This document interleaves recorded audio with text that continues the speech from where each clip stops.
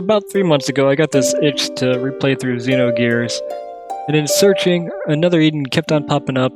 Just looked into why, and happens to be that the same writer who wrote for Xenogears and Chrono Trigger also did the writing for Another Eden. Another Eden had already been on my radar since I've seen a lot of good reviews about it. To add to that, there's a Persona 5 collab, so 3 of my favorite games all tied up into one game. What can go wrong? So I downloaded the game just so I could get in there and get the Persona 5 characters before they went away. As someone who has been heavily involved with mobile gacha games over the past few years, this game was a pleasant surprise. For starters, all content is available to all players, old and new. That includes the free 5-star Joker and Morgana from Persona 5 and their special weapons.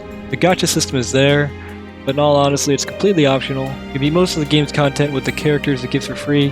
The free heroes are actually viable. In my experience, the company is very generous with giving out free gems and heroes, enough so to make for a strong hero roster without spending anything. The only other thing in this game that costs gems is the ability to revive after death, but that's really just a big waste of gems that nobody really uses.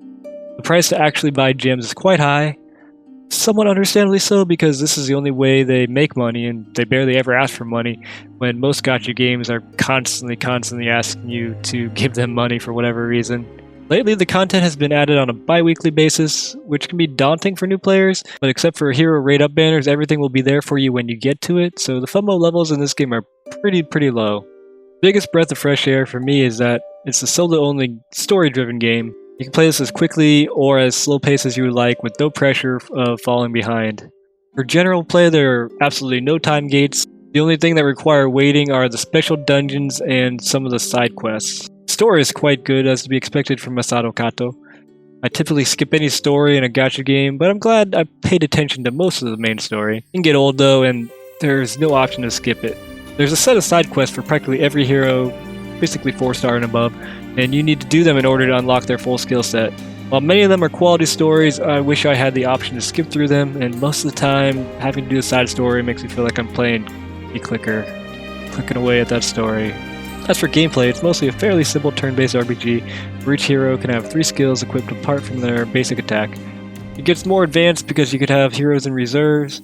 When heroes are in reserves, they'll restore HP and mana, and when you swap the character back in the front lines, they'll use their Valor Chant skill. For harder fights, party rotation is incredibly important. There's also a combo bar with its own set of strategies. HP MP can be restored for free at town inns, and you'll be given a one-time use full HP MP food item that will reset every time you visit an inn. These items are especially useful for using before bosses or keeping the farming session going. Mana is a heavily used resource, and there are only 2 heroes that I know that can restore it. However, you can literally farm forever without having to visit an inn if you utilize the reserve system well to recharge your heroes. The Another Eden community is not the biggest, but is extremely friendly and helpful. The Reddit and Wiki are a humongous wealth of knowledge. I use them heavily and frequently because there's just so many things to do in this game. My original account with this game had some terrible gacha luck. The odds of getting a 5-star is extremely low. The good news is several heroes can be upgraded to 5-star if you have the patience and or luck to get the materials required. And dupes are also beneficial to increase the hero's light dark points.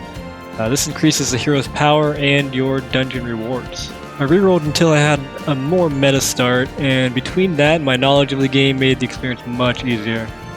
The free Persona characters and the addition of the XP dungeon also expedited my journey through the story. That is, whenever I got around to do the story. I had plenty of luck pulling great heroes and max level heroes, but my time playing the game was restricted to 2 to 3 hours a day while riding the train. Dungeons can take a while to do, and since they were in limited supply, I spent majority of my early game running dungeons. If you happen to find yourself stuck indoors with plenty of time to spend on the game, you'll probably find yourself with a lack of dungeon keys, actually. The real game changer is when they release zones. These make mono-element teams just silly OP, and they made a lot of the once difficult content quite trivial for me. So after about 3 months, I'm in endgame area with lots of great heroes and a huge grind in order to obtain top tier items and defeat the hardest bosses. But I loved it, and I would do it again. In fact, I've already restarted one account where I'm not going to spend any gems until I clear the story. And I'm constantly rerolling for a new account that would be interesting to play. In its natural state, it's a terrible game for rerolling, but at the time of this recording, there are a lot of freebies that can be claimed within 5 to 10 minutes of starting a new game. If you really want a strong start, reroll until you get a Zone Hero. The moment there's AS Yuna and AS Claude. Also, you gotta reuse the free character, but he can be a challenge to get. Mariel, Hismina, Dunarith, Yuna, or any hero with a manifest weapon will make your journey much easier.